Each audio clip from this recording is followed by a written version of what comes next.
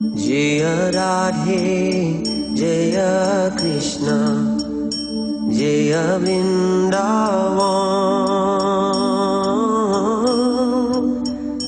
श्री गोविंद गोपी नाथ मदन मोहन श्याम कुंड राधा कुंड गिरि गोवर्धन कालिंदी जमुना जय जय मोहन केशिगत वंशीवत द्वादश खाना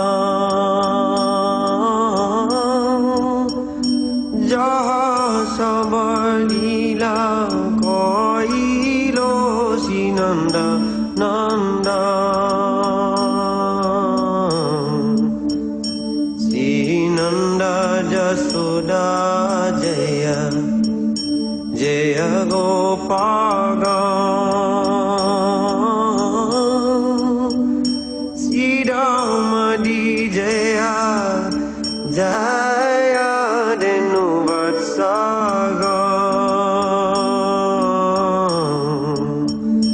जय वनु जय कीर्तिद सुंदरी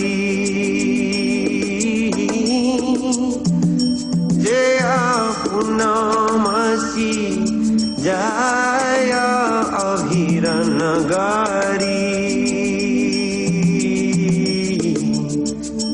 जय जय गोपीश्वर वृंदावन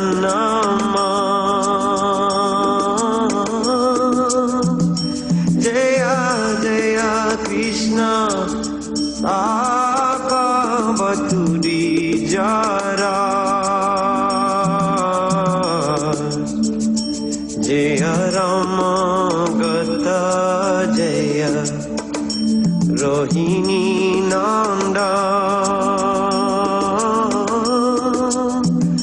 जय जय वृंदावन वसी जत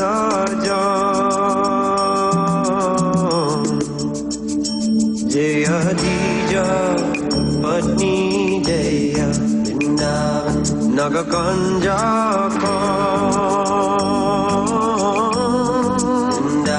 भक्ति तेजा हरा कइलो गोविंद चारा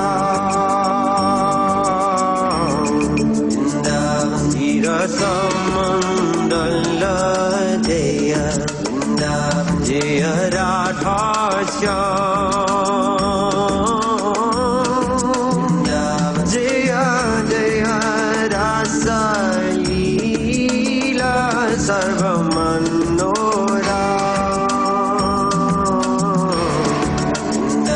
जय जय गल्लारस सर्वरसा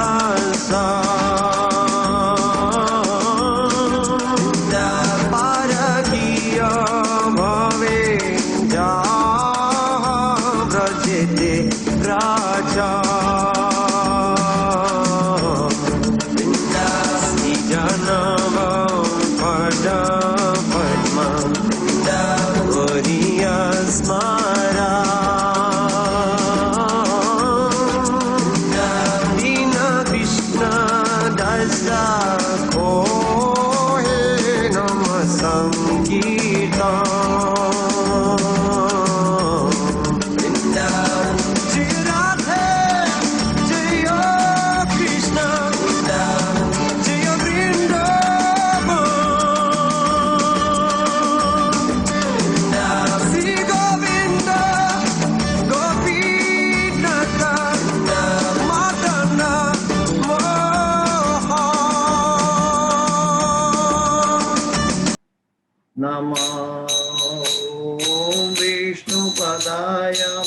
कृष्ण पृष्ठाय भूतले श्रीमते भक्ति वेदांत स्वामिन् इति नामिने नमस्ते सरस्वती देवे गौरवाणी प्रचारिणे निर्विशेषा शून्यवादी पाश्चात्य दिशधारिणे जय श्री कृष्ण चैतन्य प्रभु नित्यानंदा श्री अद्वैता गदाधर श्रीवासादि गौर भक्ता वृंदा जय श्री कृष्ण चैतन्य प्रभु नित्यानंदा श्री अद्वैता गदाधर श्रीवासादि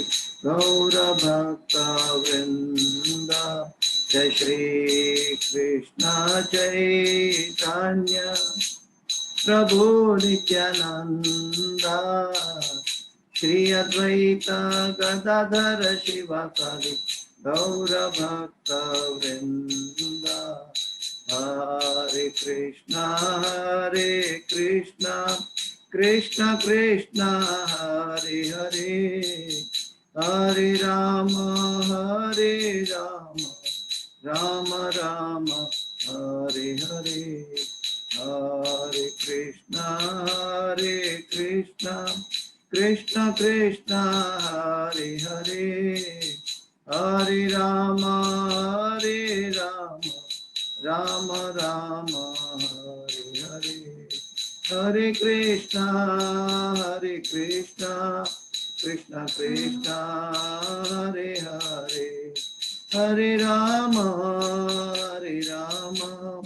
राम राम हरे हरे हरे कृष्णा कृष्ण कृष्ण हरे हरे हरे राम राम राम हरे हरे हरे कृष्णा कृष्ण कृष्ण हरे हरे हरे राम राम राम हरे हरे। अनंत कोटि वैष्णव वृंद की जय, हरिनाम संकीर्तन की जय, समावेत भक्त वृंद की जय। All glories to assembled devotees, Hare Krishna. All glories to assembled devotees, Hare Krishna. All glories to assembled devotees, Hare Krishna. All glories to Shri Guru and Gauranga, Hare Krishna. Om Ajnana Timirandhasya Jnananjana Shalakaya Chakshurun Militam Yena Tasmai Shri Guruve Namaha.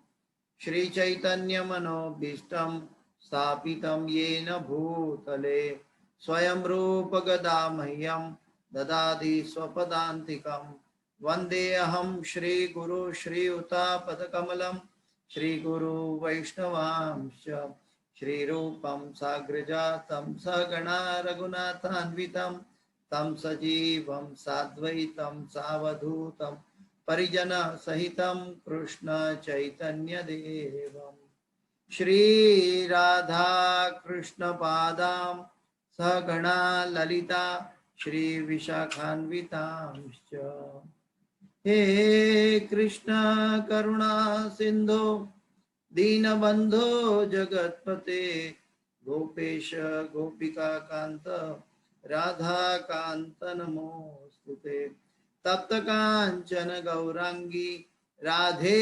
Vrindavaneshwari वृषभानुसुते देवी प्रणमामि हरिप्रिये वाञ्छाकल्पतरुभ्यश्च कृपा सिन्धुभ्यैव च पतितानां पावनेभ्यो वैष्णवेभ्यो नमो नमः। श्री कृष्ण चैतन्य प्रभु नित्यानंद श्री अद्वैत गदाधर श्रीवासादि गौर भक्तवृंद हरे कृष्ण कृष्ण कृष्ण हरे हरे हरे राम राम राम हरे हरे जयतां सुरतो पंगुर मम मंदमते गतिर मत्सर्वस्व पदाम्भोजो राधा मदन मोहनम कृष्णाय वासुदेवाय देवकी नंदनाय च नंद गोपकुमाराय गोविंदाय नमो नमः गोविंदाय नमो नमः गोविंदाय नमो नमः। नमः पंकजनाभाय नमः पंकजमालिने नमः पंकजनेत्राय नमस्ते पंकजांग्रिये पंचतत्वाकं कृष्ण भक्तरूप स्वरूपकं भक्तावतार भक्ताख्यं नमामि भक्तशक्तिकम्। ओम नमो भगवते वासुदेवाय ओम नमो भगवते वासुदेवाय ओम नमो भगवते वासुदेवाय नारायणं नमस्कृत्यं नरं चैव नरोत्तमं देवीं सरस्वतीं व्यासं ततो जयमुदीरयेत् नष्टप्रायेषु अभद्रेषु नित्यं भागवत सेवया भगवते उत्तम श्लोके भक्तिर्भवति नैष्ठकी। हरे कृष्ण। तो आज का जो श्लोक है बहुत सुंदर है। जैसे कि हम जानते हैं, पूर्व भूमिका थोड़ा देखते हैं कि महाभारत के युद्ध के बाद कुंती माता और सभी पांडवों की स्त्रियां साथ में, उनकी पत्नी और घर की स्त्रियां के साथ जब वो जो महाभारत में चले गए थे, उनको श्राद्ध क्रिया गंगा जल अर्पित करने के लिए वो लोग गंगा नदी के तट पर गए। भगवान श्री कृष्ण भी उनके साथ थे और वहां गंगा के तट पर सभी ने श्रद्धांजलि अर्पण की। उसके बाद सब लोग वापस आए। कुछ समय की देरी के बाद भगवान ने तय किया कि वो वापस द्वारका के लिए प्रस्थान करेंगे। जब भगवान ने ये तय किया और भगवान रथ निकालकर जब द्वारका जाने के लिए तैयार हुए, तब सामने से उत्तरा माता जो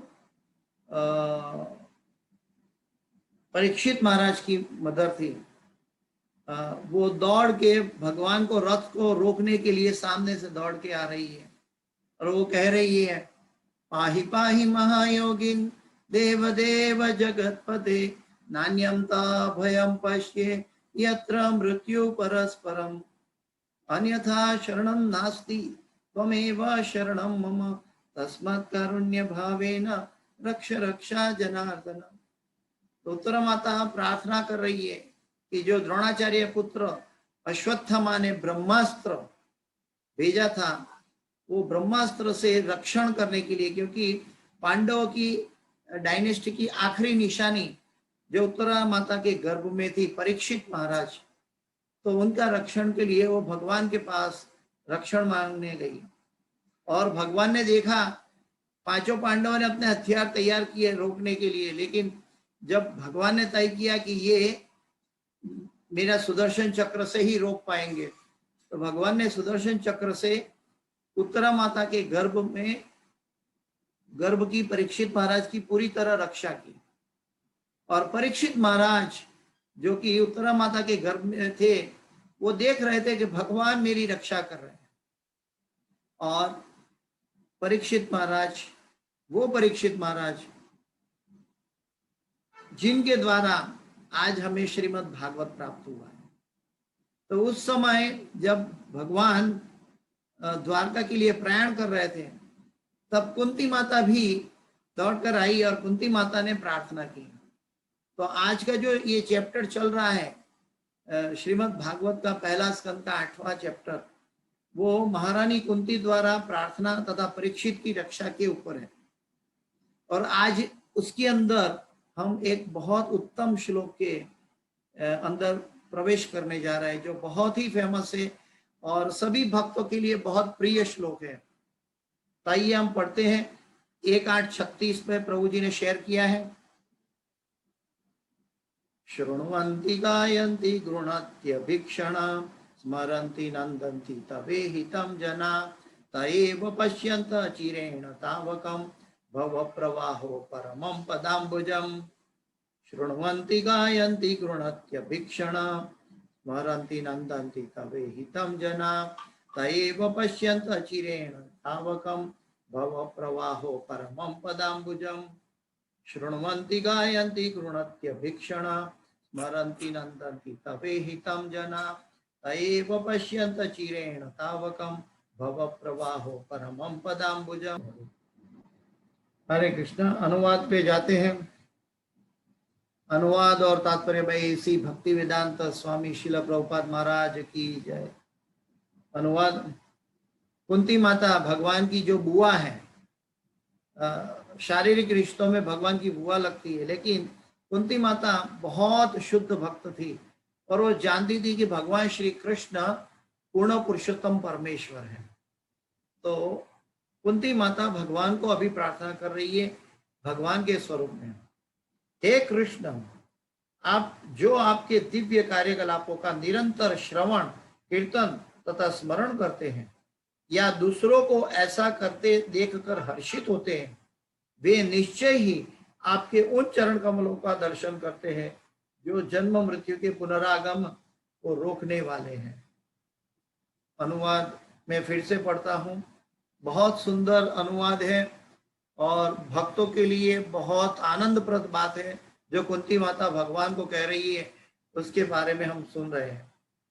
हे कृष्ण, जो आपके दिव्य कार्यकलापों का निरंतर श्रवण कीर्तन तथा स्मरण करते हैं या दूसरों को ऐसा करते देखकर हर्षित होते हैं, वे निश्चय ही आपके उन चरण कमलों का दर्शन करते हैं जो जन्म मृत्यु के पुनरागमन को रोकने वाले हैं। इतना सुंदर, बहुत सुंदर कहते हैं, शृण्वन्ति गायन्ति गृह्णन्त्य भीक्षण स्मरन्ति नन्दन्ति तवेहितं जना तयैव पश्यन्त चिरेण तावकं भव प्रवाहो परमं पदाम्बुजम्। बहुत सुंदर बात बताई है कुंती माता ने।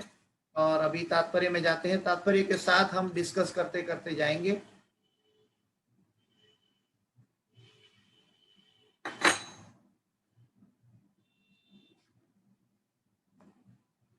तात्पर्य भाई ऐसी भक्ति वेदांत स्वामी शिला प्रभुपाद महाराज की जय। भगवान श्री कृष्ण हमारी इस बद्ध भौतिक दृष्टि से नहीं देखे जा सकते। उनका दर्शन पाने के लिए मनुष्य को भगवान के स्वजात प्रगाढ़ प्रेम से युक्त भिन्न प्रकार की जीवन अवस्था का विकास करके अपनी वर्तमान दृष्टि को बदलना होगा। प्रेमांजन चुरित भक्ति विलोचनेन संत सदैव हृदयेषु विलोकयन्ति यं श्याम सुंदरम अचिन्त्य गुणस्वरूपम गोविंदमादि पुरुषम तमहं भजामि। प्रेमांजन चुरित भक्ति विलोचने, जो हमारा जो आंख के जो अंजन है वो प्रेम का अंजन होना चाहिए। दूसरी बात है, हम साधना भक्ति से उठकर रागानुगा भक्ति में स्थित होना चाहिए। रागानुगा भक्ति में क्या है कि स्वतः हरेक जीव स्वतः भगवान के लिए उत्साहित और भगवान की सेवा का प्रेम के लिए आकृष्ट रहता है सदैव हर क्षण। तो उसके लिए भगवान का दर्शन सुलभ है। तो यहाँ पे बताते हैं प्रभुपाद जी के उनका दर्शन पाने के लिए मनुष्य को भगवान के स्वजात प्रगाढ़ प्रेम से युक्त भिन्न प्रकार की जीवन अवस्था का विकास करके अपनी वर्तमान दृष्टि को बदलना होगा। यानी कि हमारी जो चमड़े की आंख देख रही है वर्तमान दृष्टि की बदले, वर्तमान हम प्रकृति के 3 गुणों में है, सत्व गुण, रजोगुण, तमोगुण।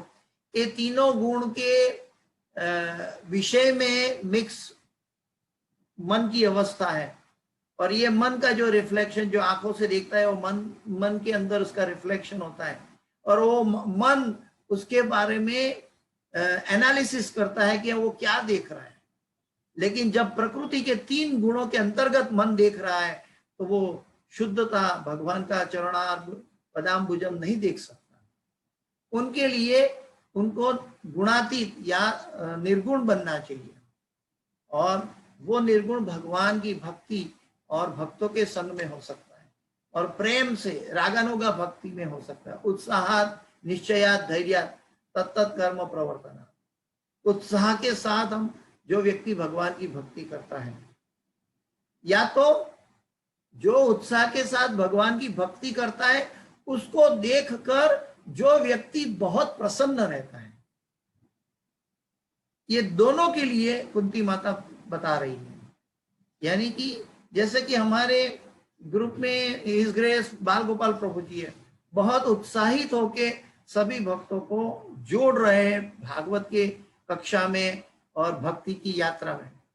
तो उनका जो उत्साह देख के अगर हमारे हृदय में और मन में प्रसन्नता आती है तो उसके लिए भी कुंती माता कह रही है।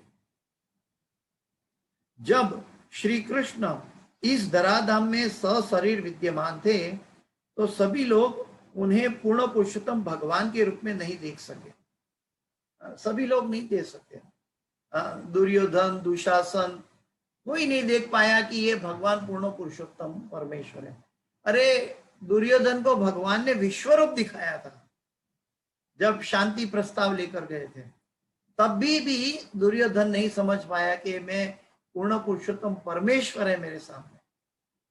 तो जो भगवान का अभक्त है, जो भगवान से प्रेम नहीं करता, भगवान से जुड़ा हुआ नहीं है, वो कभी भी भगवान का दर्शन नहीं कर सकता। भगवान और जीव के बीच में भगवान की अपनी माया का आवरण है और वो भगवान की जुडिरिक्शन में है और भगवान जब चाहे वो माया हटा सकता है या वो माया डाल सकता है। गीता में भी हम देखते हैं कि गीता में भगवान ने कहा है, नाहम प्रकाश सर्वस्य योग माया समावृता मूढ़ो यम ना विजानाति लोको माम अजमाभ्ययम्। नाहम प्रकाश सर्वस्य, भगवान अपनी आच्छादित माया के द्वारा स्वयं आच्छादित रहते हैं, लेकिन अपनी स्व इच्छा से अगर वो चाहे तो भक्त पर करुणा करके अपना दर्शन करवा सकते हैं। तो उन्हें पूर्ण पुरुषोत्तम भगवान के रूप में नहीं देख सकते। रावण, हिरण्यकश्यपु, कंस, जरासंध तथा शिशुपाल जैसे भौतिकतावादी, भौतिक समर्पित अर्जित करके उच्च योग्यताधारी व्यक्ति बन गए थे, लेकिन वे भगवान की उपस्थिति को समझ पाने में असमर्थ थे। प्रभुपाद जी बहुत एनालिटिकल बात बता रहे हैं। अरे भौतिकतावादी जो योग्यताधारी व्यक्ति बन गए, भौतिक जगत में योग्य व्यक्ति, नामांकित व्यक्ति बन गए हैं, उनके लिए भी दुर्लभ है भगवान को देखना या समझना। तो प्रभुपाद जी समझा रहे हैं कि हिरण्यकश्यपु भी भगवान से या अपने अपने पुत्र के द्वारा भगवान से, विष्णु से अपनी युद्ध जाहिर करके बैठा था। तो कंस का भी यही हाल था, कहाँ है कृष्ण, कहाँ है कृष्ण। जरासंध तथा शिशुपाल, तो ये सब भौतिकतावादी संपत्ति और भौतिक ऐश्वर्य प्राप्त करके और भौतिक योग्यता प्राप्त करने से भगवान के को समझ नहीं पाए, भगवान सामने होते हुए भी समझ नहीं पाए। दुर्दशा तो ये है कि भगवान सामने थे उनके, लेकिन वो भगवान को देख नहीं पाए। वो उनको क्या लगता था, एक भगवान श्री कृष्ण एक सामान्य मनुष्य है,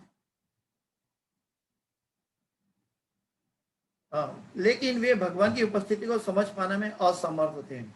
अतएव भले ही भगवान हमारे नेत्रों के समान उपस्थित क्यों न हो, जब तक हमारे पास अपेक्षित दृष्टि नहीं होती तब तक उनको देख पाना असंभव है,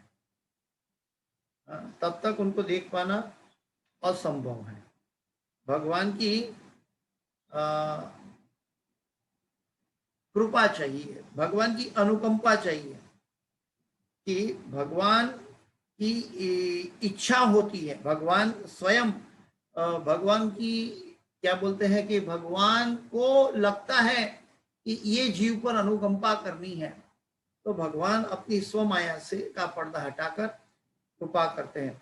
जब तक हमारे पास अपेक्षित दृष्टि नहीं होती तब तक उनको देख पाना असंभव है। अपेक्षित दृष्टि, अपेक्षित दृष्टि का मतलब है तत्व की दृष्टि। तत्व की दृष्टि का मतलब है जहां चमड़े की आंख और चमड़े का मन का कोई सरोकार नहीं है, जहां मनुष्य बुद्धि का कोई सरोकार नहीं, लेकिन वो बुद्धि जो आत्मा में रत है, वो बुद्धि का उपयोग भक्तिमय सेवा में, उसको प्रेम का अंजन लगाया जाए और भगवान की अनुकंपा उसके साथ मिले, तब वो भगवान को समझ सकते हैं।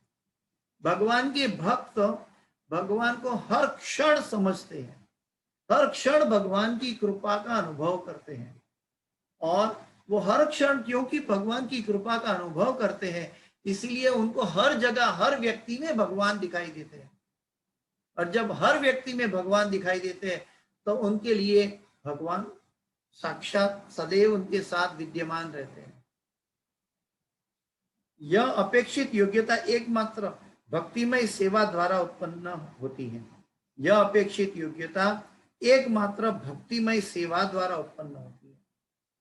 हम गीता में देख रहे हैं, पिछले कहीं 7वें अध्याय से लेकर 12वें अध्याय गीता का जो हृदय है, उसके अंदर 9वां अध्याय में भी देख रहे हैं कि भगवान कहते हैं क्षिप्रम भवति धर्मात्मा शाश्वत शांति निगच्छति कौन्तेय प्रतिजानी ही न मे भक्त प्रणश्यति। भगवान ने ऐसा नहीं कहा न मे ज्ञानी प्रणश्यति, न मे कर्मी प्रणश्यति, न मे योगी प्रणश्यति, ऐसा नहीं कहा। भगवान ने कहा न मे भक्त प्रणश्यति। तो भगवान के लिए भक्त का सरोकार, भक्त का रिश्ता एक अनमोल बात है। भक्त और भगवान के अंदर क्या बात है कि भक्त कभी भी अपने बारे में नहीं सोचता, और भगवान जब भक्त समर्पित होता है तो भगवान उसी मात्रा में, उससे कहीं अधिक मात्रा में भक्त के साथ रेसिप्रोकेट करते हैं। और भगवान भी अपने बारे में, अपनी महत्ता के बारे में भूल जाते हैं, वहां तक कि वो अर्जुन के पार्थ सारथी बन जाते हैं, वो सुदामा के चरण प्रक्षालन करते हैं। क्योंकि भक्तिमय सेवा में आई मी एंड माइंड कभी वहां उपस्थित नहीं होता। जब आई मी एंड माइंड उपस्थित नहीं होता, उसका मतलब क्या है कि वो सदैव भगवान की अनुकंपा का दर्शन कर रहा है, वो सदैव भगवान के बारे में सोच रहा है। यहाँ पे बताया है कि वो भक्तिमय सेवा कैसे शुरू होती है, शृण्वन्ति गायन्ति। वो भक्तिमय सेवा शृण्वन्ति गायन्ति गृणत्य अभीक्षण। अभीक्षण का मतलब है कि निरंतर, अहित्व की अप्रतिहता, निरंतर वो सतत भगवान का भक्तिमय सेवा कैसे करते हैं, भगवान के बारे में सुनते हैं, भगवान का कीर्तन करते हैं और उसको ग्रहण करते हैं। गृणन्ति, उसको ग्रहण करते हैं। तो भगवान की ये अनमोल बात को ग्रहण करना, उसको गाना, उसको सुनना, ये अपने आप में एक दिव्य स्तर की बात है। ये अपने आप में जीव को प्रसन्न करने वाली बात है, अपने आप में जीव को संतुष्ट करने वाली बात है। तो भक्तिमय सेवादार उत्पन्न, जिसका शुभारंभ उचित स्तोत्र से भगवान के विषय में श्रवण करने से होता है। भगवान ने गीता में भी कहा है तच्छृणु, तो तच्छृणु, भगवान कहते हैं अर्जुन को मेरे से सुनो तुम, तच्छृणु। तो भगवान से सुनना है, भगवान के भक्तों के से सुनना है। अभी आज हम किससे सुन रहे हैं, कुंता माता के पास से सुन रहे हैं। कुंता माता जो भगवान की महान भक्त थी, और कुंता माता इतनी समर्पित थी कि वो कहती है कि इस ब्रह्मांड में किसकी ताकत है कि भगवान के पास दुख मांगे। लेकिन कुंता माता का जो आश्रय था, समर्पण था, आत्मनिवेदन था, वो इतना दृढ़ था कि वो भगवान के पास दुख मांग रही है। और वो दुख मांग इसीलिए लिए रही है क्योंकि वो कभी भगवान का दर्शन किए बिना नहीं रहेगी। वो सतत भगवान का दर्शन उनके सामने प्रत्यक्ष मौजूद रहेगा। तो कुंता माता भगवान की भक्त थी, इसीलिए ये कार्य हो रहा है। और ये कुंता माता की, ये जो कुंती माता की जो प्रेयर है, वो हमको कौन प्रस्तुत कर रहा है, सुत गोस्वामी प्रस्तुत कर रहे हैं। और सुत गोस्वामी ने कहाँ से सुना था, सुखदेव गोस्वामी से सुना था। और सुखदेव गोस्वामी किसको कह रहे थे, परीक्षित महाराज को। तो ये अल्टीमेटली परीक्षित महाराज के रक्षण के लिए भी इसका उपयोग कह सकते हैं कि इसका उपयोग किया, क्योंकि परीक्षित महाराज वुम में थे तब से लेकर परीक्षित महाराज का अंतिम सांस तक श्रीमद् भागवत में ये कथा उपस्थित है। तो वो दोनों तरह से परीक्षित महाराज से जुड़ी हुई है। यहाँ पे बताया कि जिसका शुभारंभ उचित स्तोत्र से भगवान के विषय में श्रवण करने से होता है। इंग्लिश में दो शब्द हैं, लिसनिंग और हियरिंग। लिसनिंग और हियरिंग दोनों में अंतर है। एक होता है हम बैठे हैं क्लास में कथा सुनने के लिए और हमारा मन कहीं और है, हम सुन भी रहे हैं और हमारा मन कुछ हमारा अपने लिए कुछ कार्य भी कर रहा है। सुन रहे हैं, थोड़ा कार्य भी कर रहे हैं, मन अपना अपनी बातों में भी स्थित है, साथ साथ सुनने के लिए भी बैठे हैं। तो वो एक सुनना है। और दूसरा एक सुनना है कि जो हृदय को प्रसन्न करने वाली बात है, जो क्या बोलते हैं उसको क्या कहते हैं कि उत्साह के साथ, जिज्ञासा के साथ जो व्यक्ति सुनता है कि कैसे ये कार्य हुआ, कैसे कुंती माता ने प्रेयर की, कैसे भगवान ने रेसिप्रोकेट किया। तो ये जब सुत गोस्वामी शौनक ऋषिगण को ये कथा सुना रहे हैं, तब हर एक ऋषिगण सुत गोस्वामी के शब्द के साथ, एक एक शब्द के साथ जुड़े हुए हैं। तो जब व्यक्ति एकाग्रता से सुनता है तो उसको ग्रहण करने के लिए उसके लिए सुलभ हो जाता है, तब वो उसी दिशा में, उसी मात्रा में चले जाता है। जब हम मन को दूसरी जगह व्यस्त रखते हैं और सुनते भी है तो मन एक्चुअल सुन नहीं पाता, न वो ग्रहण कर पाता है। इसलिए श्रीमद् भागवत कथा हमें एकाग्र चित्त से सुननी चाहिए, क्योंकि वो भगवान की महिमा है। और भगवान की महिमा किसके द्वारा गुणगान हुआ है कि जो भगवान के सामने प्रत्यक्ष उनके भक्त थे, वो प्रत्यक्ष भक्त जो अनुभव कर रहे हैं भगवान के साथ, उनका दो दो स्वरूप के साथ अनुभव हो रहा है कुंता माता को कि अपना वो बुआ थी, अपना भतीजा है, और साथ साथ वो पूर्ण पुरुषोत्तम भगवान परमेश्वर है। तो जो भगवान के आत्म माया, भगवान की आत्म माया से पार किए हुए जो भगवान के परम भक्त है, वो भगवान को देख सकते हैं और वो भगवान को समझ सकते हैं। तो देख पाना और सॉरी हाँ, अतएव भले ही भगवान हमारे पास नेत्रों के सामने उपस्थित क्यों न हो, जब तक हमारे पास अपेक्षित दृष्टि नहीं होती तब तक उनको देख पाना असंभव है। यह अपेक्षित योग्यता एकमात्र भक्तिमय सेवा द्वारा उत्पन्न होती है, जिसका शुभारंभ उचित स्तोत्र से भगवान के विषय में श्रवण करने से होता है। भगवत गीता ऐसा लोकप्रिय ग्रंथ है जिसे सामान्य लोग सुनते, गाते तथा बारंबार पढ़ते हैं, भगवत गीता। लेकिन कभी कभी ऐसा अनुभव होता है कि ऐसी भक्ति संपन्न करने वाला व्यक्ति भगवान का साक्षात दर्शन नहीं कर पाता। कभी कभी ऐसा अनुभव होता है, प्रभुपाद जी कहते हैं कि ऐसी भक्ति संपन्न करने वाला व्यक्ति भगवान का साक्षात दर्शन नहीं कर पाता। इसका कारण प्रभुपाद जी बता रहे हैं कि यह है कि श्रवण नामक पहली विधि अत्यंत महत्वपूर्ण है। अगर श्रवण सही तरह हुआ तो स्मरण भी हो जाएगा। स्मरण का मतलब है कि जो सुना है उसको ग्रहण किया और उसी में मन रम गया, उसी में पूरा दिन का चिंतन हो गया। चाहे हम 1 घंटा श्रीमद् भागवत कथा सुनी, लेकिन पूरा दिन भर हम वो कुंती माता की प्रार्थना को मन में गुनगुनाते रहे, भगवान सुन रहे, कुंती माता बोल रही है, ये दृश्य को हमारे मन में उपस्थित करके गुनगुनाते रहे और कैसे कुंता माता भगवान से प्रार्थना कर रही है और क्या कह रही है, श्रृण्वन्ति गायन्ति। जो सुनता है, जो सुनेगा वो गा सकता है, और जो गा सकता है वो ग्रहण कर सकता है। हाँ, ये तीनों एक दूसरे से कनेक्टेड चीज है, साइंटिफिक चीज है। जो गृणंती का मतलब उसको आत्मसात करना। आत्मसात करने का मतलब है उसके अंदर से पसार होना, यानी कि हृदय के अंदर से पसार होना।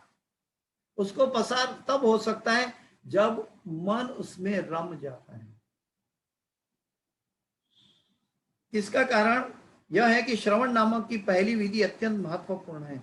यदि श्रवण सही स्रोत से किया जाए, हमारे पास सही स्रोत क्या है? एसी भक्ति वेदांत स्वामी शिला प्रभुपाद महाराज, उनके तात्पर्य के द्वारा हम समझने की कोशिश कर रहे हैं। इतना सुंदर और अमृतमय श्लोक हमारे पास समझने के लिए कौन लेके आया है? भक्ति वेदांत स्वामी शिला प्रभुपाद। तो ये पूर्णतया योग्य स्रोत है और गुरु परंपरा में स्थित ये योग्य स्रोत है। तो इसका प्रभाव तुरंत पड़ता है। प्रभुपाद जी के तात्पर्य हमारे स्तर के लिए है। हमारा स्तर जो है कुंठित जगत में, हमारी कुंठित दशा में, हमारा प्रायण अल्पायुषु कलो अस्मिन् युगे जना मंदा सुमंद मतयो मंद भाग्य उपद्रता, ये हमारी दुर्दशा है। ऐसे कुंठित मन के अंदर, ऐसे प्रकृति के 3 गुणों के अंदर बैठे हुए मनुष्य को कैसे 3 गुणों से पार ले जाना है, वो एक कोई भगवान का शुद्ध भक्त ही ये कार्य कर सकता है। और तात्पर्य में प्रभुपाद जी हमें वो कार्य हमें लेके कर रहे हैं ताकि हम 3 गुणों से बाहर जाके कुंती माता को और भगवान के बीच में हुए आदान प्रदान को हम समझ सके, सुन सके, समझ सके और गा सके। गाने का मतलब क्या है कि अगर एक तालाब का पानी है, तालाब का पानी सभी जगह से, पानी का स्रोत से तालाब भर जाता है, लेकिन तालाब का पानी वितरित नहीं होता। तो वो क्या होता है कि एक जगह इकट्ठा हो जाता है लेकिन वितरित नहीं होता है। लेकिन नदी का पानी भी उसी तरह चारों ओर से भरा जाता है, लेकिन वो सतत बहता रहता है। तो ठीक वैसे ही हमारे मुख से, हमारे मन से ये भगवान की कथा, ये भगवान की लीलाएं सतत बहनी चाहिए। इसका स्मरण से बहेगी। अगर स्मरण नहीं करेंगे तो ये मन के हृदय में, मन और हृदय में बहेगी नहीं। और साथ साथ ईच वन टीच वन, जब हम दूसरों को बताएंगे तो ये बहने का प्रमाण है। ये भगवान की महिमा को बहती हुई रखना है। और जब हम भगवान कृष्ण की ये महिमा को, भगवान के ये दर्शन को दूसरों को वितरित करेंगे, दूसरों को बांटेंगे, तो वो दर्शन हमें अपने आप हो जाएगा। कुंती माता तो इस श्लोक में वहां तक कहती है कि जो लोग ऐसा कर रहे हैं उसमें प्रसन्नता अपने आप, हृदय में अपने आप प्रसन्नता हो जाएगी। ये बात देखकर, ये बात सुनकर, तो उन लोगों को भी भगवान के चरणापदाम्बुजम का दर्शन हो जाएगा, भगवान का चरणारविंद मिल जाएगा। तो ये बहुत अद्भुत है, बहुत दिव्य बात है।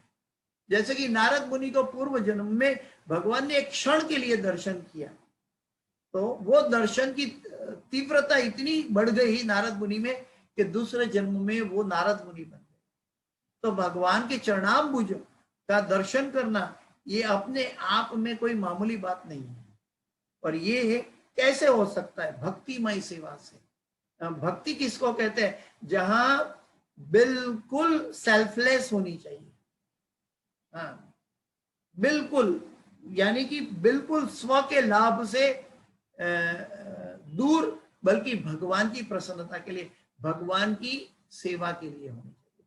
हम साधना भक्ति करते हैं, लेकिन किसके लिए करते हैं? अपने लिए करते हैं। लेकिन रागानुगा जो भक्ति है वो किसके लिए होती है? भगवान को प्रेम करने के लिए होती है।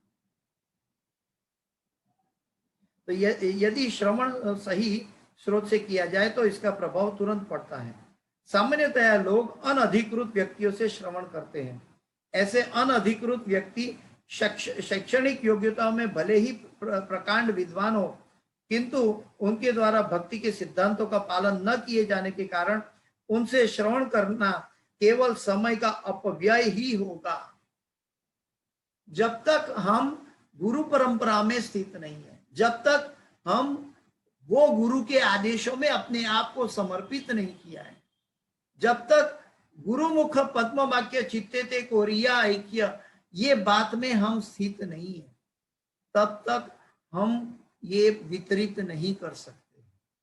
ये वितरित करने का मतलब है कि हमने अपने आप को गुरु को सौंप दिया है, और गुरु जैसे पपेट की तरह गुरु बुलवाते हैं और पपेट की तरह एक स्पीकर बोलता है, एक माइक में गुरु बोलते हैं और स्पीकर में पपेट बोलता है।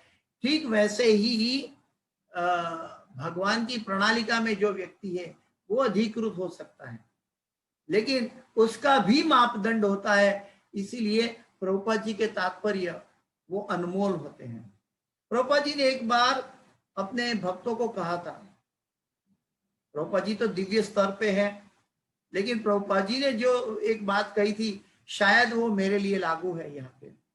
प्रभुपाद जी कहते थे कि मैं जो कहता हूं वो शायद मैं गलती कर सकूं, कल जाकर आप मुझसे सुन रहे हो, कल जाके मैं गलती कर सकता हूं, मैं मनुष्य हूं, लेकिन मैं जो उपदेश दे रहा हूं वो उपदेश गलत नहीं है।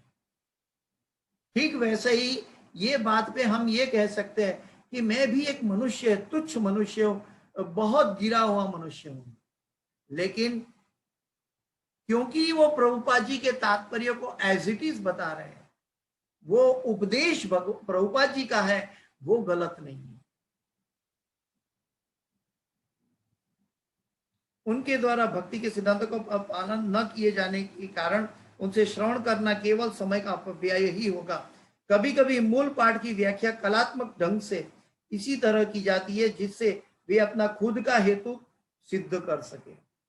सामान्यतः लोग क्या करते हैं, खुद का हेतु सिद्ध करते हैं।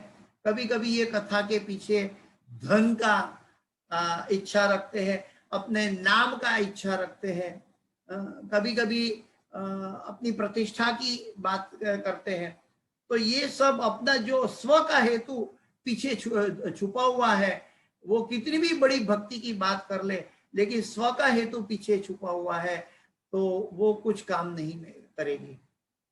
श्रीमद् भागवत में आगे बताया जाएगा कि हमें कोई भी जो भगवान की महिमा धन लेकर जो बता रहा है, ऐसे व्यक्ति से कभी भी भगवान की महिमा नहीं सुननी चाहिए। अतएव सर्वप्रथम सक्षम तथा योग्य वक्ता चुनना होगा। और यहाँ पे योग्य वक्ता के बारे में हम प्रभुपाद जी को स्थापित करते हैं कि प्रभुपाद जी के तात्पर्य हम पढ़ रहे हैं, और तब उससे ही श्रवण करना होगा, और प्रभुपाद जी के तात्पर्य से ही श्रवण करना होगा। माइक या माइक प्रभुपाद जी है, माइक प्रभुपाद जी के हाथ में है, स्पीकर तो कोई भी हो, आहूजा का हो या बॉस का हो, वो स्पीकर है, लेकिन वो जो माइक में बोला जाएगा वो बोलेगा। जब प्रभुपाद जी ने कहा है कि गुरु की सेवा कैसे होते है, वाणी से और वपु से।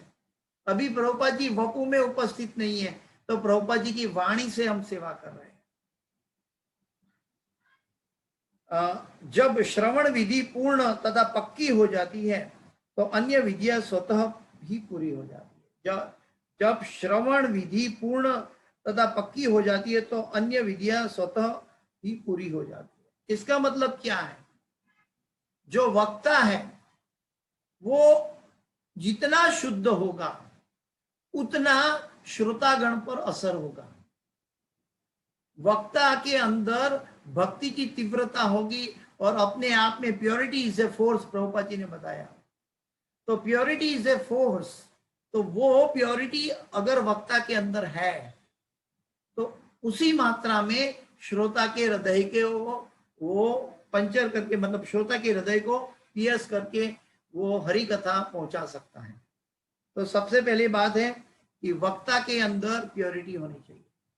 प्योरिटी कहाँ से आती है? इस जगत के अंदर गुरु के वचनों का पालन करना, जिसमें सदैव हरे कृष्णा कृष्णा कृष्णा हरे हरे, हरे राम राम राम हरे हरे, इस महामंत्र का जो नियमित जप करता है और गीता और भागवत का अभ्यास में करता है, साथ साथ भक्तों का संग करता है, तो वो व्यक्ति, क्योंकि वो भगवान के नाम पर आश्रित है और भगवान का नाम का सतत कीर्तन कर रहा है, जप कर रहा है, इसीलिए वो अपने आप में शुद्ध हो जाता है। इस जगत में बताया गया है कि भगवान का नाम इतना शुद्ध है कि मनुष्य 100 साल में भी जितना पाप नहीं कर सकता, उतना पाप का छेदन, उसकी उतना पाप का उन्मूलन, उतना पाप की शुद्धि भगवान का एकमात्र नाम से हो जाती है। तो जो भगवान का भक्त है वो एकमात्र नाम का, भगवान का नाम का आश्रय लेकर बैठा है और सतत भगवान का चिंतन करता है, सतत भगवान का जप करता है, इसीलिए वो शुद्ध होता है। बाकी वो अपने आप में कभी व्यक्ति शुद्ध नहीं हो सकता। जब तक वो भगवान के नाम का जप नहीं करता तब तक वो शुद्ध नहीं कहलाएगा। न वो शुद्ध हो सकता है कोई भी कार्यकलापों से, न ज्ञान से, न कर्म से, न ध्यान से। शुद्धि तो तब आएगी जब भगवान का नाम आएगा। भगवान के अनेक दिव्य कार्यकलाप हैं और इनमें से हर एक से वांछित फल प्राप्त हो सकता है। भगवान के दिव्य कार्यकलाप अनेक है। जैसे बचपन में कभी असुरों का वध किया था, दामोदर लीला की थी भगवान ने। बाद में गोपियों के साथ रास लीला की है। वो भगवान मथुरा जाके कंस का वध कर दिया है और अपनी वसुदेव और देवकी अपनी माता को छुड़ा दिया है। और वो भगवान पांडवों के साथ अपना फर्ज निभाकर महाभारत के युद्ध में खड़े हैं। वो भगवान ने भगवत गीता की, वो भगवान द्वारका में 16,108 पटरानियों के साथ उनकी इच्छा पूरी कर रहे हैं और उनके साथ सेवा में है। तो वो भगवान के अलग अलग पहलू हैं, अलग अलग दिव्य लीलाएं हैं। वो हर एक लीला को अगर दूसरी लीला के साथ हम एनालिसिस करेंगे तो समझ नहीं पाएंगे, लेकिन भगवान हर लीला में अपने अचिंत्य और असीमित मात्रा में भक्त के साथ जुड़ते हैं। ये इसका प्रमाण है। यदि यदि आचरति श्रेष्ठो तत्त देवेतरो जना। भगवान ने अपने जीवन में हर एक पहलू में हर एक लीला की है और हर एक लीला वो अपने दिव्य स्तर पर थी। नहीं तो कभी आपने देखा है क्या 6 साल का बच्चा शक्तासुर का वध के? आपने कोई ऐसे करुणा सागर देखा है ब्रह्मांड के इतिहास में कि जो जहर पिलाने आया उनको सबसे श्रेष्ठ माता का पद दे दिया, पूतना का? ऐसे करुणा सागर भगवान कि जो उसके हृदय में सिर्फ करुणा भरी है। ऐसे करुणा सागर भगवान असुरों का वध करते हैं तो असुर के ऊपर भी कृपा कर रहे हैं ताकि वो इतने गिर ना जाए कि भगवान की कृपा से वंचित रह जाए। इसीलिए उनको उस माध्यम से, उस जीव की कक्षा से, उस रूप से उसका उद्धार कर दिया। तो भगवान हर पहलू में हर जीव के साथ उसका कल्याणकारी मित्र है। वो एक शब्द में कह दिया गीता में, लेकिन वो एक शब्द के लिए भगवान ने पूरा जीवन अपनी आचारी, अपना प्रमाण, श्रेष्ठ प्रमाण प्रस्तुत किया। तो भगवान जो है कैसे फल प्राप्त, भगवान के पास भक्त कैसे फल प्राप्त कर सकता है? कि दिव्य लीला करता है। माता के पास भी दामोदर लीला की, कितनी अलौकिक है। और गिरिराज लीला की भक्तों के रक्षण के लिए, और गोपियों की चीरहरण भी किया और रास लीला भी की। अभी हमें दिखाई देता है कि जो भौतिकतावादी लोग हैं, लष्टी लोग हैं, कामी लोग हैं, उनको ये सब कामी दिखाई देगा। तो कई बार भौतिकतावादी लोग कहते हैं कि भगवान ने चीरहरण क्यों किया।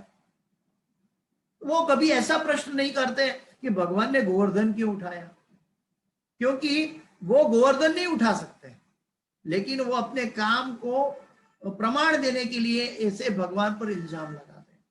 प्रभुपाद जी कहते हैं क्योंकि वो 16,108 पटरानी के पति थे इसलिए वो भगवान कहलाए। हम 16 स्त्री को नहीं, एक स्त्री को भी जीवन में ठीक तरह संभाल नहीं पाते। तो भगवान और मनुष्य के अंदर अंतर है। आगे, भगवान के अनेक दिव्य कार्यकलाप है और इनमें से हर एक से वांछित फल प्राप्त हो सकता है, बशर्ते की श्रवण विधि परिपूर्ण हो। भागवत में भगवान के कार्यकलाप पांडवों के साथ उनके व्यवहार से प्रारंभ होता है। भगवान के कार्यकलाप पांडवों के साथ उनके व्यवहार से प्रारंभ होते हैं। असुरों तथा अन्यों के साथ वर्ताओं के संबंध में भी भगवान की अन्य अनेक लीलाएं हैं। और 10वें स्कंद में उनकी प्रिय गोपिकाओं के साथ ही साथ द्वारका में उनकी पत्नियों के साथ व्यवहार का वर्णन है। क्योंकि भगवान परम अवस्था में है, अतएव उनके प्रत्येक व्यवहार के दिव्य स्वभाव में कोई अंतर नहीं है। भगवान के दिव्य स्वभाव में कोई अंतर नहीं। अभी इवन रासलीला को समझना है तो हर एक गोपी की भक्ति की चरम सीमा थी, और वो चरम सीमा में हर एक गोपी चाहती थी कि मैं भगवान की कुछ नित्य सेवा कर पाऊं। और वो सेवा प्राप्त करने के लिए भगवान उनके मन के जैसे मनोभाव थे, उस मनोभाव के आधार पे भगवान ने उनको रेसिप्रोकेट किया। ये रासलीला जो हम देख रहे हैं, तो एक बार एक गोपी ने हाथ ऊपर किया है और भगवान ऊपर से हाथ की ताली मार रहे हैं। एक गोपी ने हाथ बाजू में रखा है तो बाजू से ताली मार रहा है। एक गोपी ने हाथ नीचे किया तो नीचे से ताली मार रहा है। एक गोपी ने भगवान के सामने देखा तो भगवान ने सामने देखकर ताली मारा। एक गोपी ने राधा कृष्ण को देखा तो राधा कृष्ण का भाव से भगवान ने गोपी को संभाला। तो हर एक जो लीला है, जो हम इसको बाह्य दर्शन से देखेंगे तो हम तत्व से नहीं समझ पाएंगे। वो जीव की भक्ति की पराकाष्ठा, प्रेमांजन चूरित भक्ति विलोचने, जो उसके हृदय में जो प्रेम है भगवान के प्रति, उस मात्रा में, उस कक्षा में भगवान हर एक जीव के साथ रेसिप्रोकेट करते हैं। अतएव उनके प्रत्येक व्यवहार के दिव्य स्वभाव में कोई अंतर नहीं है।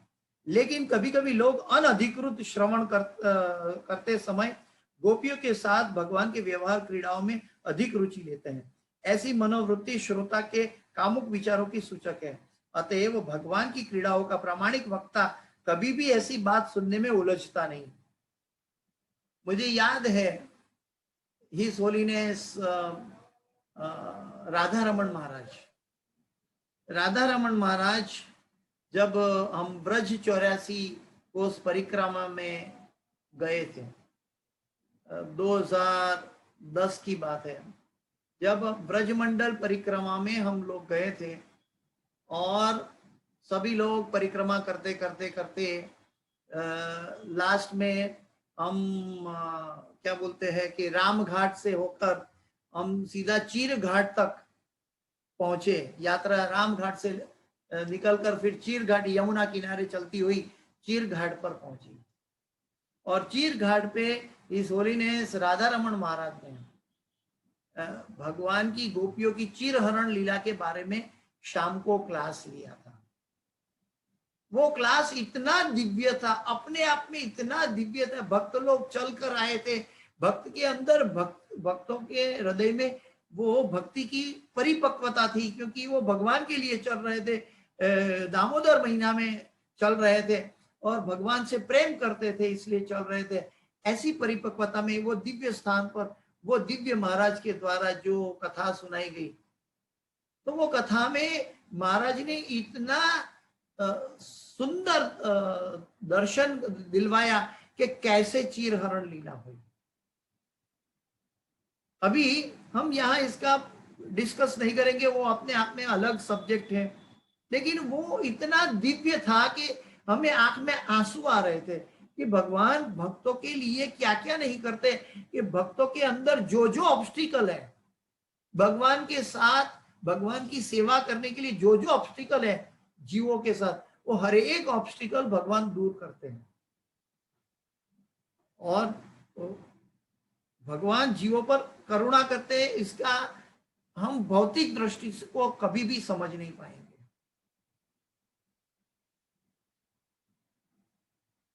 क्रीड़ाओं का प्रामाणिक वक्ता कभी भी ऐसी बात सुनाने में उलझता नहीं। मनुष्य को चाहिए कि भगवान के विषय में प्रारंभ से ही श्रीमद् भागवत या अन्य शास्त्रों से श्रवण करें। हमें ऐसी भौतिकतावादी लोगों से श्रवण नहीं करना है। हमें ये भक्तों के साथ, प्रभुपाद जी जैसे शुद्ध भक्त के साथ हमें श्रवण विधि अपनानी है। हमारे आचार्यपाद गुरुदेव महाराज के द्वारा हम श्रवण कर सकते हैं। हम अन्य आचार्यों के द्वारा जो इस्कॉन में है उनके द्वारा भी श्रवण कर सकते हैं, क्योंकि वो प्रभुपाद जी को समर्पित है। तो श्रवण करें, इससे श्रोता को उत्तर पूर्णता प्राप्त करने में सहायता मिलेगी। हम भगवत गीता या भागवत पढ़ते हैं या भगवान की प्रसन्नता प्राप्त करते हैं, भगवान की प्रसन्नता के साथ हमारी पूर्णता भी है। पूर्णता का मतलब है हम पूर्णतया भगवान को सेवा कर पाएंगे। हमारी आजकल हम जो भी अर्चन विधि करते हैं इस जगत के अंदर, कहीं ना कहीं हमारी साधना भक्ति में कितना भी कोशिश करें, हमारी साधना भक्ति में कहीं ना कहीं गलतियां होती है, त्रुटियां होती है। लेकिन ये त्रुटियां अपने आप में पूर्ण हो जाए, खत्म हो जाएगी और पूर्णतया हम भगवान को सेवा कर पाएंगे। तो वो सहायता, भगवान की सहायता तब मिलेगी जब हम योग्य कक्षा से हम श्रीमद् भागवत का श्रवण करें। अतएव किसी को यह नहीं सोचना चाहिए कि गोपियों के साथ भगवान का व्यवहार और पांडवों के साथ उनके व्यवहार में कम से कम महत्वपूर्ण है। भगवान का कोई भी व्यवहार कम महत्वपूर्ण नहीं है, चाहे वो असुरों का वध करता है, चाहे वो वसुदेव और देवकी को जेल से छुड़ाता है, चाहे वो कंस को मारता है, चाहे वो रण मैदान में, कुरुक्षेत्र के रण मैदान में पांडवों की साथ पांडवों के पार्थ सारथी बने हैं या गोपियों के साथ लीला कर रहे हैं। ये हर एक लीला, हर एक परिस्थिति में भगवान, जीव और आत्मा और परमात्मा का संबंध है, वहां कोई शारीरिक संबंध नहीं है। कुंता माता नहीं तो बुआ थी, लेकिन कुंता माता ने अपनी प्रार्थना में कह दिया कि नमः पंकज नाभाय, नमः पंकज मालिने, नमः पंकज नेत्राय, नमस्ते पंकजांग्री। वो अपने भतीजे को भगवान विष्णु की प्रार्थना कर रही है, तो वो देख रही है कि वो शारीरिक रिश्ते के स्तर पर नहीं है। हमें यह सदा स्मरण में रखना चाहिए कि भगवान सदैव समस्त संसारी आसक्ति से परे रहने वाले हैं। यहाँ पे कोई संसारी, कोई शारीरिक रिश्तों की आसक्ति नहीं है। हमें भी संसार में उस बूंद की माफिक रहना चाहिए कि जो बूंद, जो कमल के पत्र पर पानी का एक बूंद होता है, वो बूंद अपने आप में अलिप्त रहता है और फिर भी वो संसार दावानल में वो कमल जैसे खिला है, वैसे दावानल के अंदर हम अलिप्त रहकर, यानी कि हमारे संसार में हमारी जरूरियात, हमारी जो जो आवश्यकता है, जिम्मेदारी है, वो पूर्णतया पूरा करके फिर भी हम अलिप्त रहकर हम भगवान की भक्ति में जुड़े। हम आसक्त हो जाते हैं कभी कभी शारीरिक रिश्तों के अंदर और उसी में उलझ जाते हैं और भक्ति को समझ नहीं पाता है, उसी में उलझ जाते हैं और वैष्णव अपराध कर बैठते हैं। तो हमें सचेत रहना चाहिए कि जब हम भगवान की भक्ति की बात करते हैं, जब हम भगवान का नाम का जप करते हैं, तब हम शरीर नहीं है, हम आत्मा है। ठीक ऐसे ही हम चले, और आत्मा का रिश्ता सिर्फ भगवान के साथ है और किसी के साथ नहीं। आत्मा का रिश्ता सिर्फ परमात्मा के साथ है, भगवान के साथ है।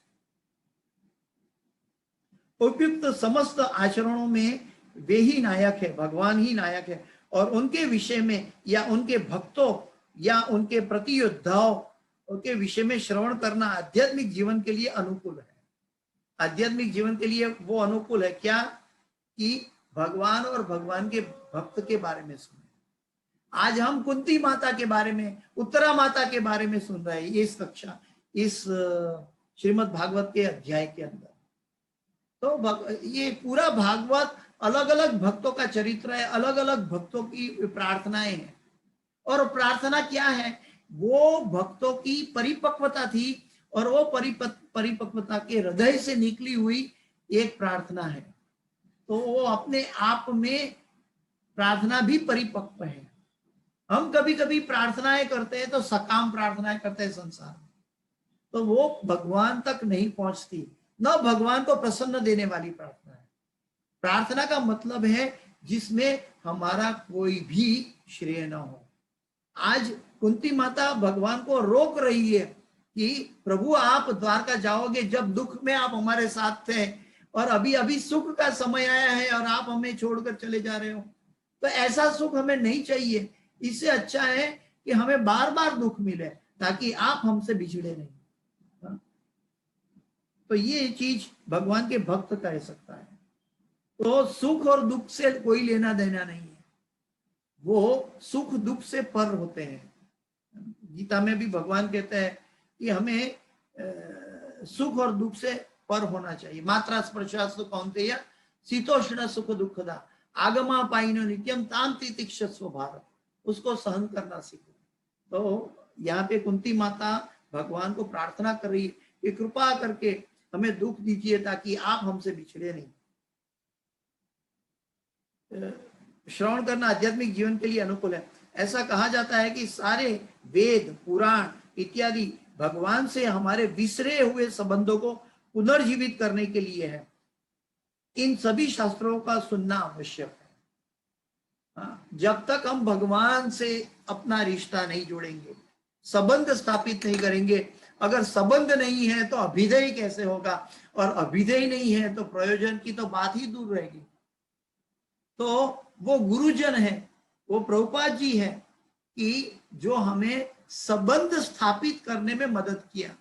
वो हमारे दादाजी है, वो दादाजी है जिनके शिष्य गण जो है आचार्य गण है, इनके द्वारा हमें ये संबंध स्थापित करने का मौका मिला। तो मनुष्य जीवन में 84 लाख योनि में हर संबंध मिल जाएंगे, लेकिन भगवान के साथ जो संबंध स्थापित करना है, हाँ, खाली संबंध स्थापित करने का मतलब ये नहीं कि रबर स्टैंप है कि वी आर इनिशिएटेड, हमने दीक्षा ले ली है। संबंध का मतलब है कि उसके साथ अभिधेय होना चाहिए। अभिधेय का मतलब है गुरु की आज्ञा का पालन। गुरु की आज्ञा की गोविंदम भज मूढ़मते, भज गोविंदम भज गोविंदम गोविंदम भज मूढ़मते। हमें एक मूर्ख की भांति गोविंद गुरु के शब्दों को अपनाकर गोविंद को भजना है। अमितो कंगाल कृष्णा कृष्ण बोली धाई तब पाचे पाचे, ओ हे वैष्णव ठाकुर दया रे सागर ये दासे करुणा करे। तो इस जगत में हम सब अधूरे हैं, हमारे अंदर कहीं त्रुटियां हैं, हमारे अंदर कहीं छेद है कि भगवान का दिया हुआ अमृत वो छेद से निकल जाता है। तो वो छेद को बंद करना है, और बंद करेंगे कौन? गुरु ने दीक्षा देके वो छेद बंद करवा दिया। और जब छेद बंद हो जाएंगे तो हम संबंध अभिधेय, और उसके लिए प्रयोजन क्या है? आज का श्लोक में भगवान के पदाम्बुजम का दर्शन होगा।